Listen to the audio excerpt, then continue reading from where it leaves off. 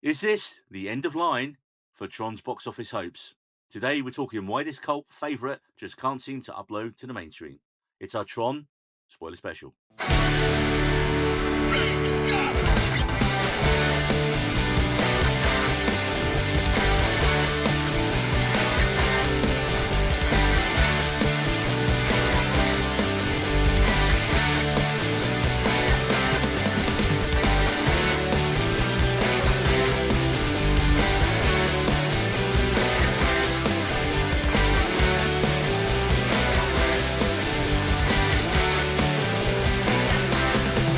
Greetings, programs. I am your host, Master Control Gregors, and I am joined by User Lopez as we delve into one of cinema's most maddening franchises, Tron. We're going to take a look at the history of the series, and then we're going to delve into the full spoilers for Tron areas as well. Now, Jose, this episode is kind of your idea, because you are quite a reasonable sized Tron fan. Is that fair to say? Very fair, very fair. So, what was it about the 1982 original that grabbed your attention? It's one of those things where the year it came out was the year I was born, so I didn't watch it when it came out, but it was something that I saw very early on as a child. And I think because of the fact that I'm a very, very visual person, it just kind of connected to me. Because back then I had no clue what they were talking about because it was talking about computers. To me, I just saw a guy get sucked into a computer, fight some really cool characters, and then finish, and then he rides off in a helicopter. So like as a kid, I was just enamored with it, with the movie visually. So I think that's what it was trying to go with. I mean, yeah, visually for me, like for a film that was made in 1982 and like was one of the first films to kind of use CGI.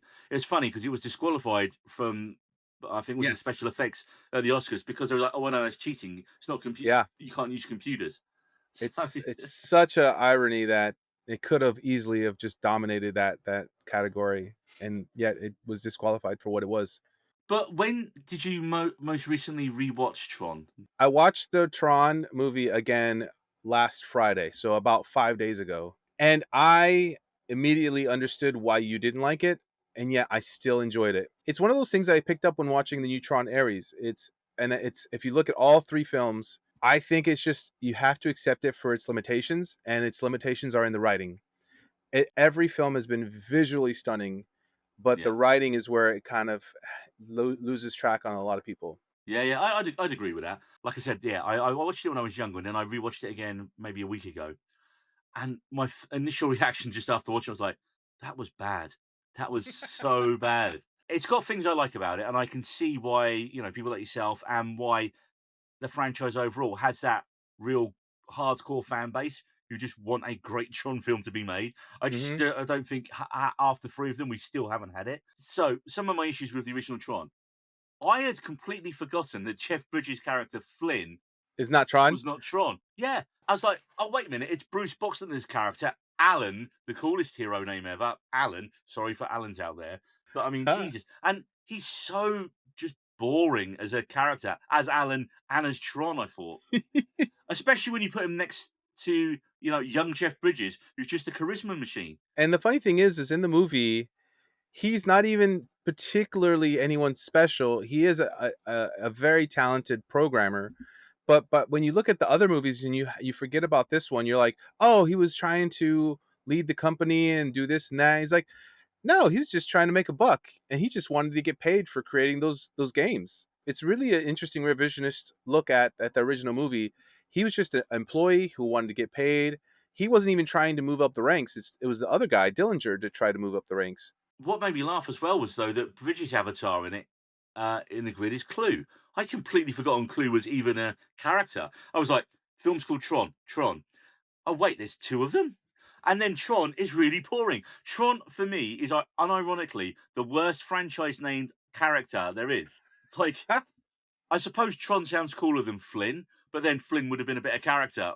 And then again, Clue, you would have probably had issues with, the board Do you game. know the origin of the name? No. So here's the short version is because I was doing a lot of YouTube University research, and I came across the original making of Tron. And so Is it because of Pong? no. So the company that made the movie Tron, originally they were making commercials, and they made a commercial that they sold to radio stations that included the technology and the style that eventually led to the look of this movie. And so they were thinking, oh, it's an electronic character, electronic, Tron. And so that's And then where they did they some got the more name. cocaine and was like, "Yes, that's it, guys." Yes.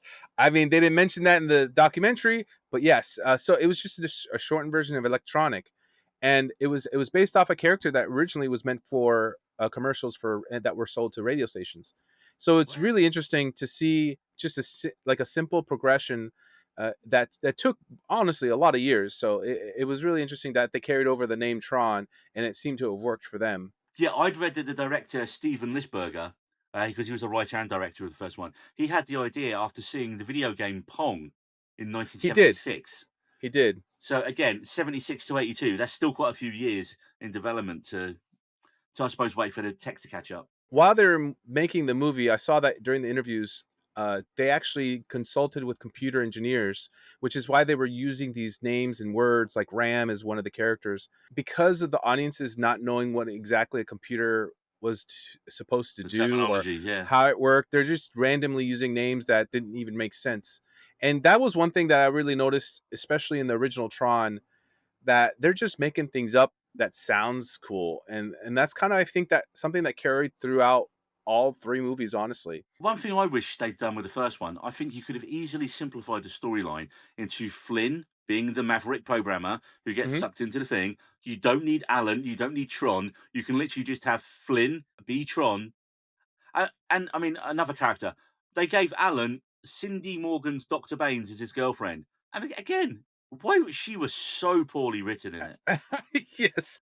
She was the boring guy's girlfriend. Boy, and here's the funny part, in the when they were in the computer, again, she's the ex of or they're never explained as if they're dating in the computer world. I don't know how that dynamic is, but then Jeff Bridges kisses her before he jumps, and then later she ends up hugging Tron, and I think they get very like they imply that oh yeah maybe they're in a romantic relationship. So it's a really weird back and forth of just the girl It was being terrible. eye candy almost. One positive though was, and I still think he's been the best villain out of any of the Tron films, David Warner as Sark.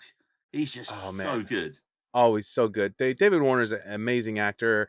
I don't think he could play a good guy if he wanted to. Just the line he comes out. Just have you seen the gif of the way he says "nice"? It's just No, I got to check that out. It's funny because it's just he has a really great presence, and you don't even have to say much, and you can tell he's the villain. I mean, granted, he has that really interesting helmet that comes back later on. I think really what it is, it's one of those movies. It's a vibe, and I think that's going to be a word I use a lot throughout this episode. Is it's a vibe, and like you say, you've got the visuals from it, which is stunning, and the soundtrack.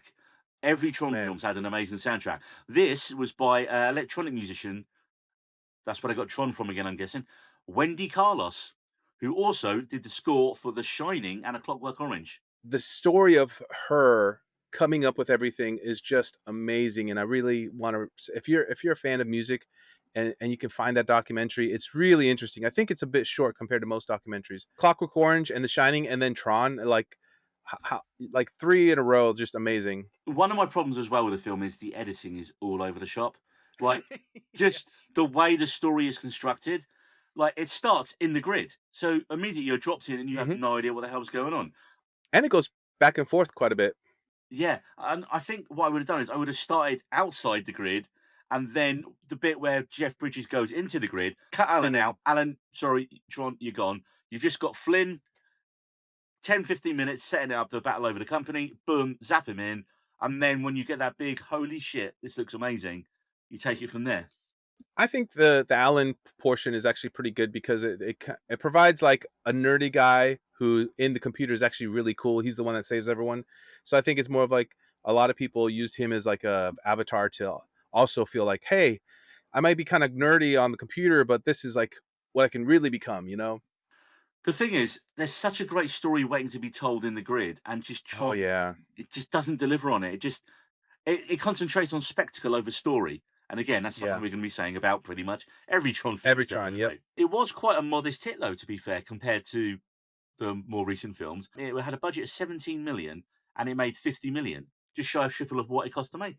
which is interesting that it took so long to finally actually make a sequel. There was 28 years between Tron and Tron Legacy, but Mhm. bizarrely, only 27 years in the world of the film. So I don't know why they did that. I'm guessing they just maybe thought it was going to come out a year earlier and they'd already said it. The plot in Tron Legacy sees Sam Flynn, played by Garrett Hedlund, feeling abandoned by his father, Jeff Bridges, Kevin Flynn, who's disappeared at some point during his childhood. And he also wants nothing to do with running his dad's company, Encom, which means obviously we've got Dillinger Jr. here, played by Killian Murphy in one scene. When I was Yes. rewatching Legacy the other week, I was like, "Oh shit, Killian Murphy's in this." Oh, not really. No. That meant something to me when I watched it. I'm like, "Oh, there's gonna be more. There's gotta be more to this." And sadly, I didn't do enough research in seeing what the original plans for the sequels, but I know that he was part of them. I think didn't you mention? I think we mentioned this offline that the idea was he was such a big fan. They'd already started making the film, and he was such a big fan. They kind of just slotted him in a little cameo, which is why he only has the one scene. I don't know. I wish I knew that one. Now, again, one thing that is a positive for me, kind of just about Michael Sheen and his club scene as his character Zeus slash Castor. I mean, that's a choice. That's a character choice. Someone I read this great comment online, and someone goes, "It feels like the Merovingian from the Matrix Reloaded was played too subtle." I mean, his Yeah. character was very memorable, but maybe not in the best way. I think Michael Sheen said he was trying to like play a cross between David Bowie and something else, and I can see it. I just wish I hadn't. I mean, it's definitely a big jarring shift in like the tone, but I think over the years I've kind of just grown to enjoy it, because I want to say early on I was just like, that's just out of place in this world. But It was enjoyable. It was fun. yeah, when you look at his character, he is supposed to be someone who's very much a troublemaker, playing a double life, being like the resistance and the actual leak to Clue. So, I guess with this movie in general, there's no real subtlety. It's just spectacle through and through. And then that was what they did with him. I mean, one of the complaints about it was a lot of people seem to dislike Garrett Hedlund's characters. They said he was quite bland, and you know what? I don't think he's that bad, but I think I've been influenced by what a show I'm watching him in at the moment.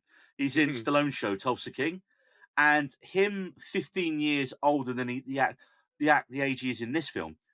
Now I'm watching that, and in this one he's like a grizzled bar guy cowboy character. Yeah, and you watch him in Tulsa King, and you're like, you are the exact correct age to be really good at what you do now. I feel like he Nice. feels too young. Doesn't look old enough to be the leading man and have that gravitas in it, and he's a bit too old to be a young kid in it. So, I don't know how old he was when he did Tron Legacy. Yeah, you watch him in Tulsa King, you're like, this guy's absolutely should be in more stuff. He's really fucking good in that. He's just, I don't know. You watch him in that show, and you're like, yes, put him in more things. He's really fucking good. You watch him in this, and you're like, I can see why people. I don't think he was bad. I mean, I think No, he yeah. handles the father son stuff really well, and he's fine in all the action scenes that the film has. What might have been something that goes lost in translation is they probably made him out in the script to be a little more brooding, and then in real life he's more of just like a young, kind of like a little annoying instead of brooding. He seems too lighthearted to be brooding, and so I don't think it comes off in the way that it needed to be. See, I didn't really have a problem with Headland's character. I thought he was fine. Then we got to talk Olivia Wilde as the Legend of Korra. She has an iconic look, and yes, elephant in the room. She looks very, very hot in it.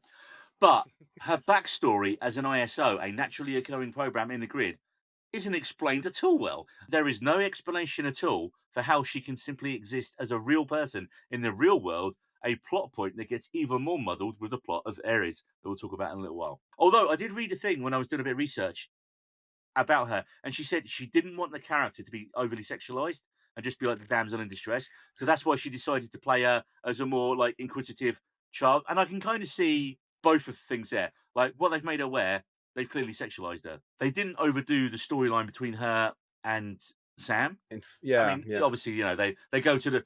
There's a bit of light flirting in it, but the film's not interested in that. The film is, Hmm. yeah, she's a program, he's Yeah. a user. I think they really do a good job with, maybe not with the background, but I think they really do a good job with her being just a naive and optimistic and noble. I think my favorite line is, "Do you know Jules Verne? What's he like?" That What's is he like, like? Yeah, yeah. for me, that's like a perfect embodiment of what the whole character is all about. She's very smart, but also very naive. if you think about it, it's kind of like Alien Earth, where you've got the adult actors playing kid roles. It's kind of same, right? But again, we don't know how long her program's been around. We don't know how old she's supposed to be. There's so much Mhm. more information that you would kind of want to know about this character, which is kind of a shame. Again, undoubted highlight of Tron Legacy as well. Daft Punk, just the amazing soundtrack, man. I remember cutting promos when we used to work on board to some of those songs. There's a song called "The Grid," and I'm sure I used it for a promo on board at some point. That dun dun dun dun dun dun dun dun dun dun dun. Yeah, just I am not necessarily like an overly musical person. I like enjoy music, and I can respect good and bad music or whatnot. But the Tron soundtrack is by far one of the most listened to things on my phone ever. Like, I the love original that soundtrack. or Legacy. Oh, Tron Legacy with Daft Punk. Legacy, The yeah, yeah. Daft Punk, soundtrack, I would listen to while zoning out to work. That and a lot of people I think also will agree that that is, if for some people it's honestly their favorite soundtrack of all time, which it's kind of hard with this Hans Zimmer and so many other amazing sound composers, but like it for me it is top 5 personally. Nice. I think one of the film's problems as well is it doesn't have a villain that is as good as Sark from the first one. In this one, our villain is basically Clue, who's gone rogue. So our villain is a dodgily de-aged Jeff Bridges that really hasn't held up very well in terms of de-aging for 15 years down the line. I don't think it held up the day that it came out, but I think it was the first film that used a completely CG redone head. And so I think for a lot of people, we just kind of, we accept it. It's bad, but at this point, we've gotten used to it. It's bad, and I think they try and cover it like, he's gone for perfection with the film, which is like "Oh, that was just a Yeah, mistake. I shouldn't have gone for perfection. I should have just gone for yeah. yada, yada, yada." I mean, and again, though, Tron himself just gets pushed to the wayside in this film. We get a brief flashback where we find out he's Clue's main henchman, and he's called Rinsler now. I mean, there was no need to overcomplicate that either, was there? One of the things that I think this entire series, well, the first movie didn't know, but like I think the second one and going into Ares, one of the hindrances is that it relies too much on the idea that, oh, we're gonna put something in here now that alludes to something later, and that shouldn't be done. These should be just all in the movie. Just stay in this timeline. I mean, I will say I enjoyed Tron Legacy much more than Tron when I rewatched it. But again, the film's biggest problem is the same as Tron's. It looks amazing, the soundtrack is top tier, and I will say for the first hour, that film really zips along good. You get some really nice stuff setting up who Sam is. You get the stuff coming back to the grid, but then the plot gets so overly convoluted, and the pace of it just drops. And when it comes back up to the end, I just wanted it to be over. It took so long to Yeah. get where it was going, and it's such a shame. I think if you just re-edited it again and cut out maybe half an hour or 40 minutes and Jesus. just you well, no, you could have, and just simplify it down. I mean, that's where I have to really disagree on you. I don't understand how it got complicated because, Sam gets returned to the grid. Cora saves him. He meets his dad. He tells him how to get out. Then he goes to the city to find someone how to get out. And then he gets okay. Out. Now, as I'm saying it, there's a lot of steps, There's a lot but of steps, yeah. I just don't think it's complicated. I think it's just there's It's the ways amount of to. lore, right? Hmm. Tron sets up, this is the grid, these are users, these are the programs. Cool, we're Yeah, okay with that. We know that because we're watching this one. But then they introduce so much more new lore into it, like, and these are these wild programs that grow in the wild naturally called ISOs. Even yeah, that's kind of ranks of what you were saying about the original Tron, where, oh yeah, we're just going to mention computer terms, and we're gonna that people yeah, probably don't yeah. know, like an ISO is a computer term. So like it's kind of like they're doing exactly the same in that they were doing in the original, and just naming stuff after computer terms that people might go, oh yeah, cool. I will say that overall, I think the first hour of Tron Legacy is the best first hour of any Tron film. Yeah, I agree. 100% agree. I'd say Tron Legacy, for what it is, out of the 3 films, is the strongest contender, just for a film overall. It just hits on so many more that beats, evenly, I feel like, than anything else. So yeah, the Tron Legacy is probably still my favorite of the 3. Which then, of course, now brings us on to the new one, Tron Ares. And we're going to do a little brief good, bad, and what the fuck for Tron Ares. Now, let's face it, we all know what the fuck's going to be already, but we'll wait. We'll get to it. So, the good. Let's think about the good. Well, for me, the good is it's a 2 hour Tron inspired Nine Inch Nails music video. But I Yes. will say, I'm not that big a Nine Inch Nails fan. they're not one of these bands. I've never seen them. I've got a few of their albums, but I've never been a massive hardcore. Everything they do is genius. Of course, Trent Reznor is a musical genius, and I've lost track of how many awards he's won now for maybe the last 15, 20, no, probably the last 20 years, if not longer now. As well as having Nine Inch Nails on the go, he's become a film composer. And the amount of work, I mean, just this year, Tron, brand new Nine Inch Nails album, and also him and Atticus Ross, I think, did the music for After the Hunt, the new Luca Guadagnino film as well. So you just Ah, produced two soundtracks in the same year. But yeah. again, like what was it The Social Network? He did the soundtrack for Girl with a Dragon Tattoo.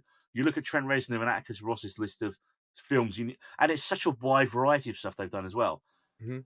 But this, it was great. Like the music was really good, and it was like, and you could almost tell they had written the music for the film, just like Daft Punk had done. But I just remember watching it going, not as much of it jumps out as me, bizarrely, Yeah, as Daft yeah, Punk. So on the surface of it, I still think I've listened to the Daft Punk stuff more than the Nine Inch Nails stuff. yeah. No, I have to say, I agree that that last part especially is there's a lot of great moments, but then a lot of it also fades in. But I want to say overall, again, this is a great soundtrack. I really enjoyed it. I even listened to it just on Spotify. Sorry for Marie. Sorry. Yeah, I really enjoyed it. It's really well done. You can't knock it at all, and I think it does lead the movie pretty well. And I think it's a good mix of like taking what's happened in the past and putting it together with what the idea is of this current film. Yeah, it's definitely got all like the synth style stuff from the original. Then it's got the more dance based stuff from that, and then obviously mixed in with Nine Inch Nails' own. Because I mean, Nine Inch Nails when they kind of first started in like the late '80s, they were like a proper heavy industrial rock band. I mean, Yeah. if you've ever Google industrial metal, Jose, that's Yeah. what they started out. Their first song you really want to check out is called "Head Like a Hole." Oh wow. That is the No, best. That is the best Nine Inch Nails song. That is for me one of their best ones, and that was off their album "Pretty Hate Machine" from I think 1989, I mm. believe. A few of the other things I really liked about Tron Ares, the cast. You've Yes. cast women in lead roles, and Greta Lee. No matter what any of the advertising or posters or press tour stuff you've seen, when you've seen the press tours for this film, who has been doing all the promotion? Greta Lee and Jodie Turner Smith.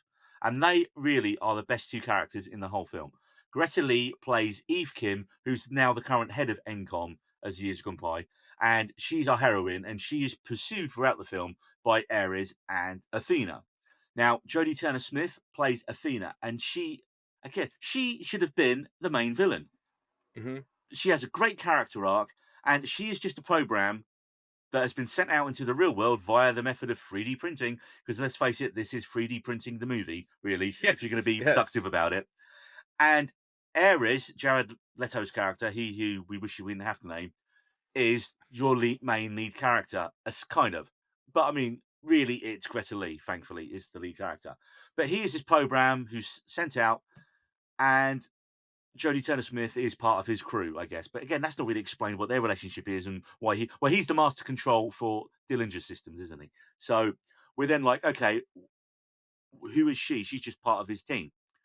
But already, just the difference in the acting. You're looking at her performance in that chase scene in the city where where they're both chasing down her, and it's just so much better done. I think it brought a lot of heart to the situation, especially with the storyline with her sister.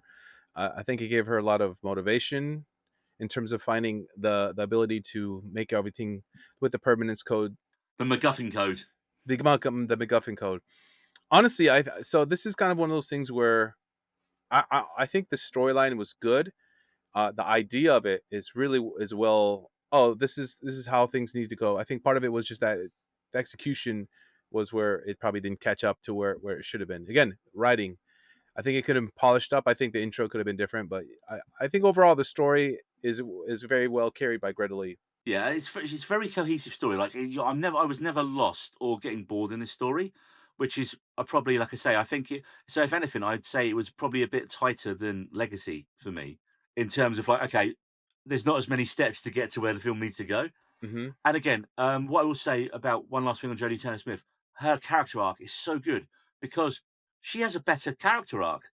Ares is basically Pinocchio. He wants to become a real boy. She is a program. All she does is follow the Follow commands. directions. And then when she gets betrayed by Ares and just steps up and takes over, I was like, why do we need Ares? Yeah, she's just doing her job as a character though, making sure Exactly. things get She done. is a program, and she is doing what she has been created to do, and that's what she can't Mhm. understand when Ares starts like breaking his programming. Yeah. And then again, her arc at the end when she's like, and like towards the end of the film when she dies, again, her character is so like she just that there's so much more on her face in terms of the Mhm. acting and like realization of what has happened to her. It's yeah, she's really, Yeah. really good. I mean, if you ever watch her, she is in Bad Monkey, the Vince Vaughn show on Apple as well, playing a voodoo queen, and she's amazing in that as Oh, well. she's the voodoo queen. I love her character. And a lot of Yes. people are saying if you're going to cast a new Storm in X Men, there you go, Perfect. She's perfect for it. because she's got Yes. the look and she's got the chops. Yes. But of course, she's English, so again, taking another That's role like an hilarious. American, Jose. Again, what we always know of a Tron film, visually, it's going to look impressive. And yes, the light cycle chases. And for Oh me, yeah. that as good as they were, you're always expecting the light cycle chase in a film. It Mhm. was when the recognizer appears in the real world, the size and the scale of it was awesome. When it's like, Yes. I kind of got a little bit of Stay Puft Marshmallow Man vibes as it was coming through past the towers, and people are looking at it and going, "Oh, what the hell's that?" I mean, I like the fact that they were able to give the sense of scale really well. One thing that I thought was a brilliant idea in a script, and I wish they kept with for the rest of the film, is the 29-minute limit, because they seem to forget about it. So the idea is, They did forget about it because I was keeping track of that. That's one thing I was like, but the pace around it drops. yes, that the pacing was off for sure, but they were always making sure you were aware and they were aware, but they just don't make it like, oh, It hey, we doesn't got seem as 5 minutes, we important at the got three start. minutes, we got 2 minutes. It's like, oh, we have 10 minutes to get there, and then they do what they do. Like when they get to the old office, they're like, oh, we have 2 minutes, and they're walking, and I'm like, you should be You sprinting to should be that computer. T1000 in it, like Exactly. that's what it made me think of. Those early chasings made me think of Terminator 2, when like you're Yeah, being chased yeah. down because the way she's like running after her on a bike and all that. But Hmm. yeah, we'll just quickly explain the 29-minute time limit is basically anything that's constructed and brought over from the grid to the real world will only exist for 29 minutes before it just melts away and burns and looks really fucking horrific and painful. Despite the people, I was like, that's a bit harsh. That's like if you took a dusting in Buffy and made it like a million times more graphic and horrific, especially like Yeah, the digital kind of screams they're doing when they're melting. yeah, It was yeah. almost like a wicked witch of the West melting, but like digitally and horrific. This leads to the whole MacGuffin is that everyone's looking for the permanence code. We will let anything that's come over from the grid exist forever. I honestly, I think the script that was there, the side characters were honestly really great. There were side characters. Those memorable side characters you're looking up right now. It was Arturo Castro played Seth Flores, and Hassan Minhaj played Ajay Singh. And I think those two, I think, were underused. And even Cameron Moynihan, he was in it. He was the character when they were inside the computer, hacking into the computer. He got his leg taken off, and so Ah, he was Tron one of Eric's helped him out. team. But I honestly think Arturo Castro was really good for the little that they He gave was him. comic relief, wasn't he? He was the comic relief, but he was actually funny. So yeah, you have read your role and you have delivered exactly what was Yes, expected of you. and I wanna give credit to that because I know that sometimes the side It's a characters don't hard get enough role to credit. do. Hard role Hmm. to do just to be the comic relief in the big action film, and to not being annoying and annoyed by that person as well. Yes, I think that's very important, and he's been a great side character because he was in Roadhouse with Jake Gyllenhaal, and he's the guy I who knew I recognised him. I've seen him in quite a few things. he's a great comedic relief guy. And although I think he was also in Narcos, is not so funny situations. Yeah, that's not as So much of a comedy, that show. Now this sadly brings us on to the bad. yeah. And my first bad is wait, rain makes Ares question his existence? Okay, cool, I guess. So again, this is where I'm gonna have to disagree with you because this is supposed to be a very intelligent AI, and the difference between AI and a computer program is the ability to learn. And I think this is one of those areas where he is shown to think for himself. And again, that leads into later in the movie with the Athena conflict. He learns about uh, Evie, and so then he starts to understand her side of the story. So he's like, why do I need to kidnap her? I don't want to sacrifice her for the idea the permanence code. So again, I think that is not a bad. But I understand where you're coming from. I get that you gave reasons there for why he's has his change, but it's the Mhm. rain. It's the rain that's like it. He's like, I saw the rain. Cool, cool, nice one. Next on the bad, and it's a shame it's in the bad, but Obi Flynn Niobe, Yeah, I as can't I've called him, trapped in his giant ghost floppy disk grid. I mean, damn, that felt like a digital version of Purgatory Man. Also, yeah. Jose, drink every time he says the word man. This was a definition of fan service and not in a good way. It's literally the only reason it was there is to get Bridges into the film. Mhm. He literally served nothing to the plot at all. At all. It's the Indiana Jones thing. You could have cut his scene out of the film completely. It wouldn't have mattered. Even leading up to the scene, when he was looking around, I'm like, "Okay, I can see where this can go." And then he's just like, "Oh, I'm just some kind of memory thing." It's like he's not even really Flynn. He's just Yeah. supposed to be like a wave of something. It's a force ghost. A force goes, yeah. And so I'm like, that's where better writing could have helped. There were ways that you could possibly make it make sense. And I think that's where, in the beginning of the movie, if you would have explained why this computer was in an office, maybe say, "Oh yeah, Flynn set this up, and he had a fun program that he worked on for the rest of us to look, blah blah blah." Or there's just ways that they could have set this movie up that would have made more sense for this. And I'll tell you one issue I had with just the portrayal of the grid in it overall. Hmm. In Tron and in Legacy, you had like kind of like the blue and the red programs, like Hmm. the users and it felt both in both of those films, it felt more like a world where there was good guys and bad guys within the grid. Yeah, yeah, We only see the Dillinger. The grid is the Dillinger grid in this, yes, yes. so we don't see. And like we see the bit, like you said, the bit where like they're attacking, trying to break in, and so you get a few blue guys in it. But A again, few. It's a whole army of blue guys coming in after them, but you only see them for a short while. exactly, and there's such faceless CGI created things. There's no characters there. There's no like. Mhm. I didn't get the sense of this was a world within a world that you get from Yeah, Tron and from Tron Legacy. yeah. I just got, oh, these are just random CGI generated dudes, which Yeah, is a honestly, shame. that's I was a big letdown because, like, yeah, it's stunningly beautiful, and then they only really focus in on one room, and then that's it, and then the toilet bowl, you know? And speaking of stuff that's in the toilet, unfortunately, it's Gillian Anderson in this film. You have wasted a brilliant actress, both Yeah. figuratively and literally here as Dillinger's mother. The worst thing about her character is she only has one line. And you're like, wait a minute, no, no, no. She has more than one line. Neil, what are you talking about? No, she says the same one line to her son, Evan Peters Dillinger Jr., every time. If you don't start behaving properly, they're going to take the company away from you. Blah blah blah blah blah. Yeah, Oh, yeah, cool. Every time she enters, that's the exact same thing she says. Obviously, then Athena kills her, and then you're like, wait a minute, are we trying to humanize her son a little bit here? I get that he's supposed to be the villain, but I was like, no, you should just have him be like, oh well, bothered, right? Like, I think if you're gonna have him be the villain, yeah, if he's gonna be the villain, he's gotta be the villain, or at least make him seem a little more misunderstood instead of being like, "Oh, I am kinda bad, but when my mom dies, I'm not bad," and it's like, or use his mum dying as a motivation to make him even worse. yeah, yeah, that's a good Like one too. that's his villain origin story. I think Evan Peters also is a little too old for the character style that they make him. He should be like an early 20s kind of character with all the tattoos and attitude.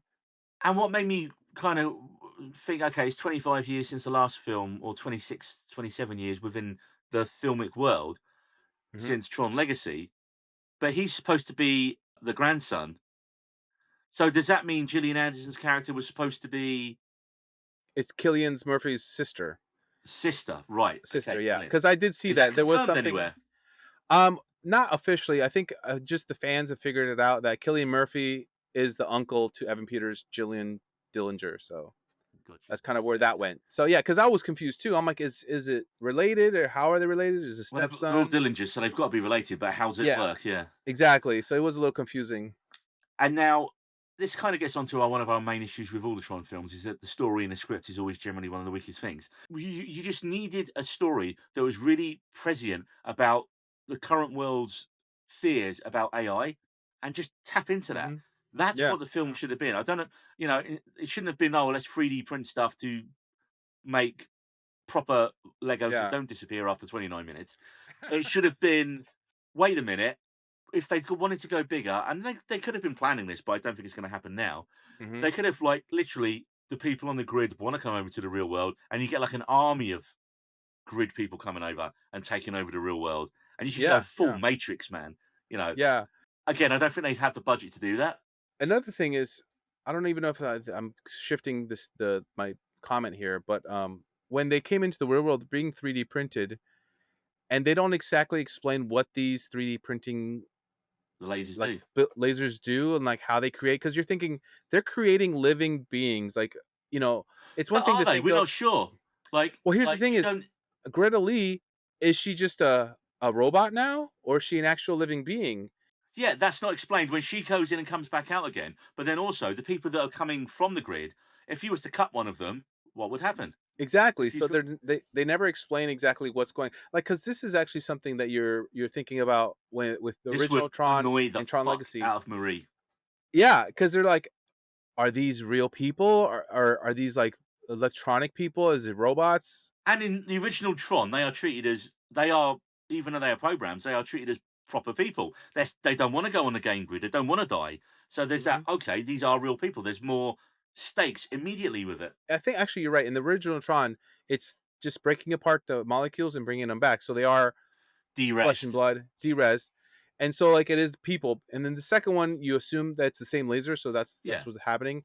But with this one, when they break down, they don't just melt or anything. They actually break apart like bricks.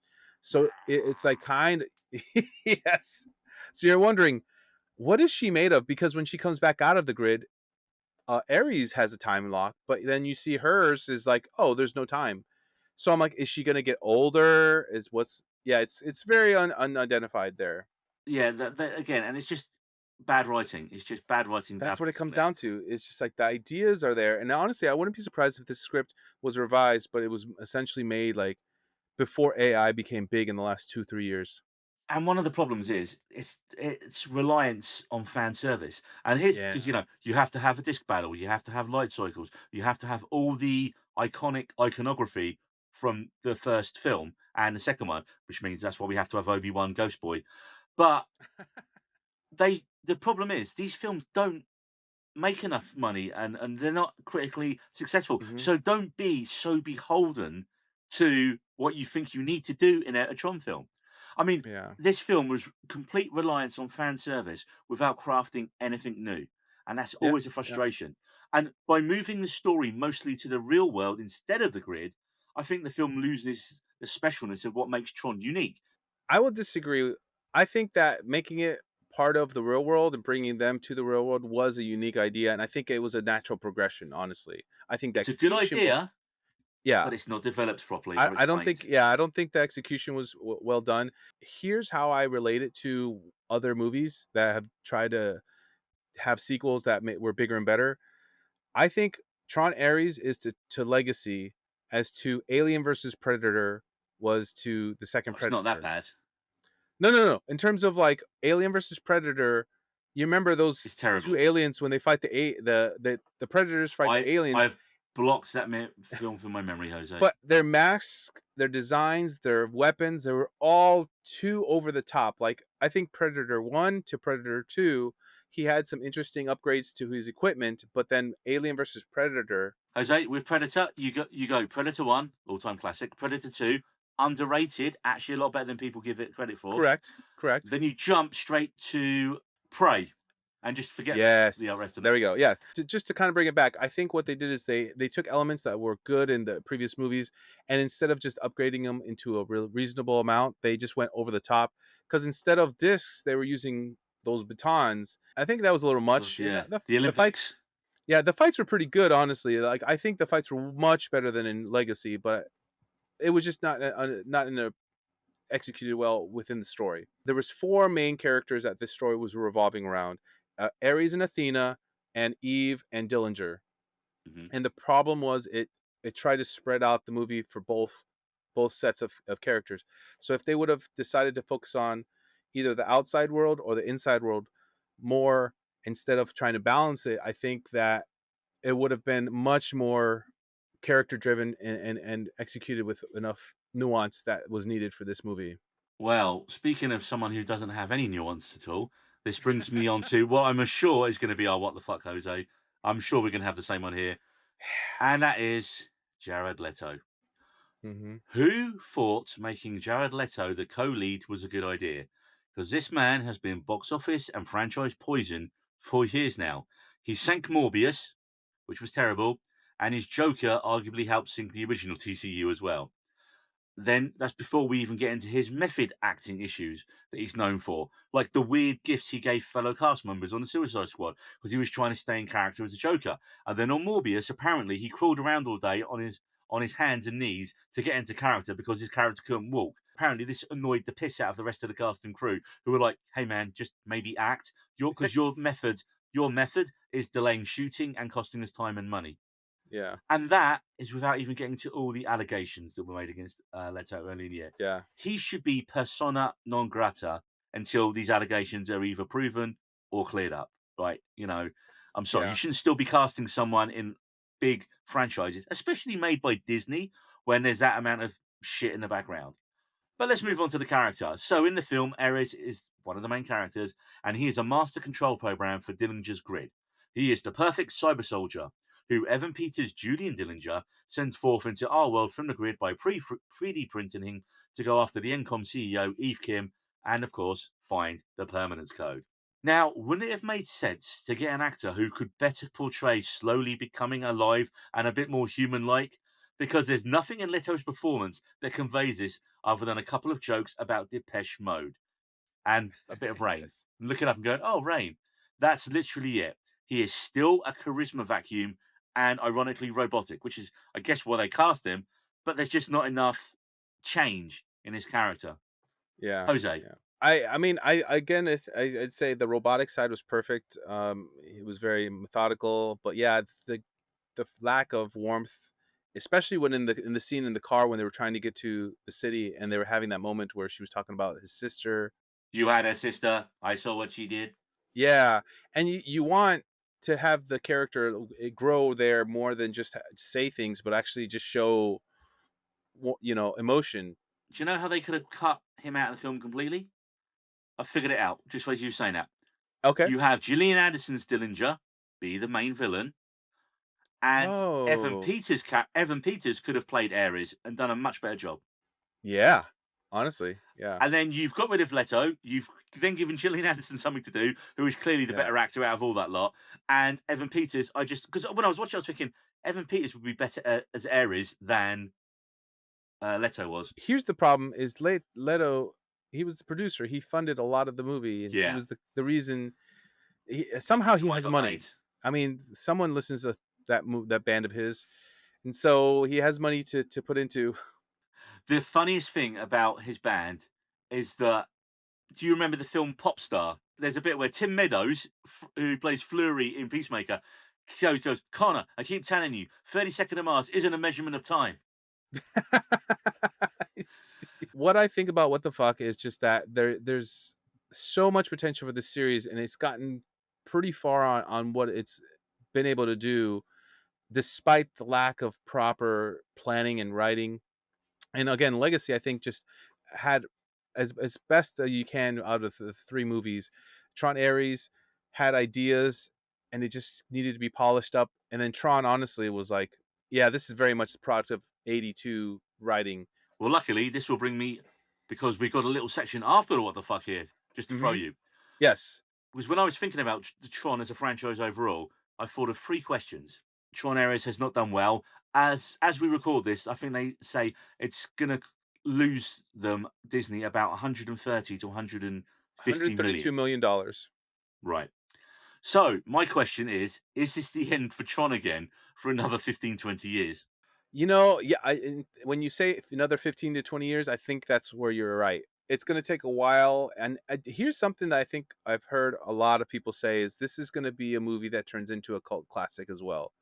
Legacy was not a box office success, and it became No, a do you know classic. what? Legacy did better at the box office in terms of how much it did. I think it cost around 180 to 200 million and it made Hmm. 400 million. So it doubled Okay. what it cost. Okay. This Okay. hasn't even covered what it made to make. And so that's where I think it's the kind of the curse of the series is one of those that where the movies are cult classics. You know, it takes a while. It gains steam throughout the years, and unfortunately, it just doesn't come out hot out of the gate. You know, and I think part of it is wait too long, and then they don't really polish it up as much as they could have, because dialogue is so important, even in a movie like this. Well, and I think that's a problem. Anyone who makes a Tron movie concentrates on the visuals and the soundtrack first before the Mhm. story. And as anything in TV and film, story is key. If you've got a good story and great characters and a good arc, then you're interested. And then everything else pushes it up that next level. I mean, for me, at best, I can see maybe because they were quite cryptic, Disney, in the way they were, in the way all these rumors have been worded over the last couple of weeks, where, oh, that's it for Tron on the big screen. Okay, so give us a Tron TV series. Live action Tron TV series. See, that's where I'm gonna very heavily disagree with you. I just don't think it makes sense as a TV series unless you count the animated series that's already come out, and even then, that wasn't a success. But it comes back to what you said, Jose. Story. Mhm. You just need a good story. Now, if you can find a way to do the special effects and all the Tron kind of stuff on a lower budget, I mean, come on, there's enough green screen out there, right? Like, you got the volume. No, no, Well, Jose, I hate to tell you, that wasn't all done in real. no. It I wasn't know, like, I know. yeah. I mean, my next question was where does the franchise go next? And I think it's TV. I disagree. I think these stories and the budgets necessary to show the visuals are meant for movies. I'm not saying you couldn't do a show. I just think it comes off better in short chunks because unless you do an animated series again. I mean, I hate to say I didn't watch the animated series. I tried to watch the first Same. episode and it just didn't catch me. I did do just a little bit of research on the MH show because I didn't want to invalidate my next point and just say that. So the next thing is, what do you want in a great Tron story? Right, every film has Mhm. promise, and every film doesn't deliver on that promise because the story and the plot doesn't give us what we want. Jose, what would you want in a great Tron film? What would you want the story to be? I think this goes back to what you said earlier with AI. I think cultural relevance and maybe a little bit more of like using terminology properly. Because like or at least explaining the use of the lasers and how they are relevant in terms of creating these beings and making them into the real life. Honestly, here's the one thing about the Tron movies. The third one, Ares, almost acts like the second one didn't exist, except in a weird way at the end where it does play a little fan service. And it's one of those things where it didn't need to do that. So that bit of fan service they mentioned at the end, we see Ares off in the real world with his permanence code. Great, so he's Hmm. sticking around, and he has a newspaper clipping, and it's Sam Flynn and Cora, and he implies that he's going to try and find them. Did you notice the picture of Cora? It looked like she had gotten old and she was sick, which is No, kind of the opposite of what you would think would be necessary of her in the unless that's the character. reason why I didn't even know she was sick or old. I just thought it was Well, a it looked like her hair was, like, very much thinning and she was tired in the photo, and I hate to say it if that was the opposite, because I only just noticed it quickly. I don't no disrespect to Olivia Wilde. Olivia Wilde, yeah. But, I mean, that's the implication. Why would either of them get involved with a Tron sequel where they are there in their careers? Olivia Wilde is now a director. Mhm, And mhm. as much as there was a mixed reaction to "Don't Worry, Darling," I thought it was an amazing film until the reveal towards the end. And to Oh. be fair, this is one of my little soapbox things about female directors versus male directors. How many male directors you go out, you make a bad film, and then you get your next film queued up. Whereas if you're a female director and you make a bad film, you're in director jail and you don't get another chance for ages. And I Mhm. honestly, I really enjoyed "Don't Worry, Darling." I mean, come on, you got the pew in it as well, right? So it was really well done, and even Harry Styles wasn't atrocious in it, although we didn't need that bit where they hinted him trying to go, "Hey, could he be Bond?" No, no, he couldn't. No, yeah. Gareth Hedlund's the interesting one because I think he's such a better actor now at the age he's at, and Mhm. if you put him in the lead in it, I think he could do really well. He Yeah. could be your guy to bring back and go, "That's who you build the franchise around now." Honestly, I think there is a story to tell that could make sense. The hard part is just bringing it together. And also, I don't want Jared Leto involved in it. I like the idea of using Greta Lee more. Evan Peters, it definitely has a chance of coming back. As I said, they are kind of all TV actors. Like Evan Peters is quite known for a lot of all his Ryan Murphy stuff. Mhm. Cameron Monaghan, I mean, I remember him as the Joker in Gotham, but he's done Yeah. a lot of that and a lot of video game stuff as well. Greta Lee's probably the biggest star because obviously, Past Lives, which was amazing film, and she's getting quite a few roles. Obviously, she was in the morning show. She's got a lead role in that. So they and since she's become bigger, they've obviously increased her role in that some more. But you could get them for a Tron TV show. I like you said though, I think it's getting a way to do those visuals on a TV budget.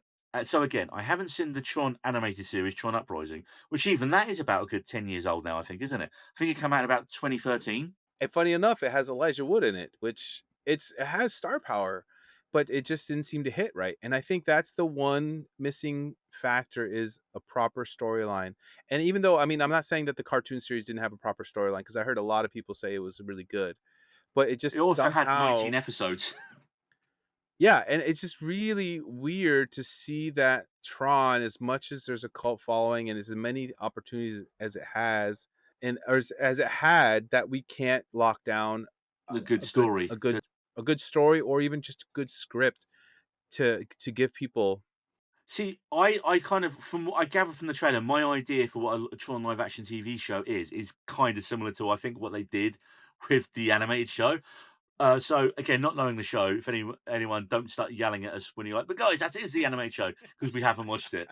Um, But Oh my goodness. I want a TV series that explores all the social minutiae of the grid. I want a show that mainly takes place in the grid, with season one being our main character, kind of his journey from being a program to uprising. Oh, that's a bad choice of words.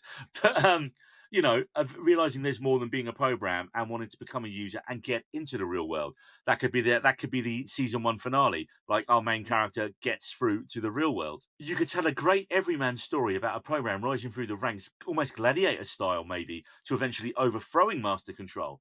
You could explain how all the different grids work. Because, like I said, we didn't get that in Tron areas. Tron was always great on big ideas, but never fully developed them. And in the film, it has its checklist, light cycles, disc battles, recognizers, all the big iconography. In TV, you have the time to expand the story and do that. Come up with a great story, come up with characters we care about, make it socially resonant in terms of AI and the fears surrounding it.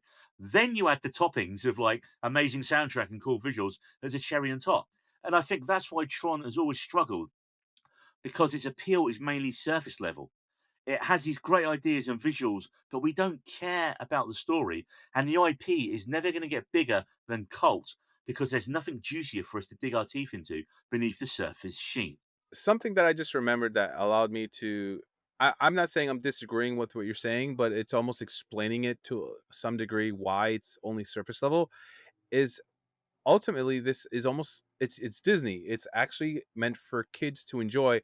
And a lot of the research I've done was from people who are maybe in their mid 20s to early 30s who watched this, especially Legacy. They watched Legacy as a child, and that was the same with me. As I watched it as a child, and that's why I was so excited for Legacy. And I think a lot of people watched Legacy and they were so excited for Ares. And I want to say, as you were talking, I think we could split the difference almost. And I would say maybe a mini series. It's one thing where it would have maybe 3 or 4 episodes, and then have a budget spread out over that could allow for it. But I think at the same time, Tron is not just about an electronic world. I feel like I think you need that balance of the real world to give a background. And I almost think it should be something like Succession, where in the real world you're seeing all this struggle of what's going on with the The people in corporate stuff, charge. Encom and Dillinger's, yeah, yeah. Yeah. And like they're like have it more you But exactly, yeah. We want more of that. We want more of the Mhm. corporate shadiness and all that. Tron is a tick box exercise as a film, whereas a show you can dive into that stuff more. And then here's the way to do it, Jose. You make the Mhm. miniseries, so you make like a give them 8 episodes. Give them 8 hours to tell a really cool Tron story that Yeah. deals with all the fights between Encom and Dillinger and that how AI is thing. But then you also flesh out the characters on the grid. You get a legacy character in. Hell, bring Garrett Hedlund back for that miniseries. That would be the way to do it. But then when you have the successful TV show that gives you great characters, gives you stories, then you bring it back to the big screen with the same team behind it. who have Yes. proven they know how to. And because you've had the miniseries behind it, hopefully people, and like some of the Marvel stuff, people go, right, we've watched that show, now we'll go and watch the movie. Hmm. And that Disney kind of know that kind of works. Jose, I believe we have reached end of line on this episode of the We Hey, Need Roads podcast. there we go. I'd like to thank a user, Jose, for his inputs. Jose, where can people find you on the grid? If you want to look at my photography account, it is at Jose Lopez Photos, and on my website, which does not have a Jennifer Lopez wedding yet, it is jlopezphotos.com. Yet. And you can find me at Needy Roads on Twitter, Neil Gregory78 on Instagram and Threads, and the We Needy Roads podcast on TikTok. Yes, we're even on TikTok now. So yeah, hit that bell icon and subscribe, folks. We need more subscribers. We know you're listening to it. We know people are enjoying the podcast. We know people are watching it. We just need subscribers. And also, don't forget to leave us a comment below. Let us know what you think of the Tron franchise. Why do you think it has never become a mainstream hit despite its devoted fan base? And what would you like to see in a Tron film or TV series going forward? Make sure to join us next time on your favourite light cycle powered pop culture podcast. See you then. We Needed Roads.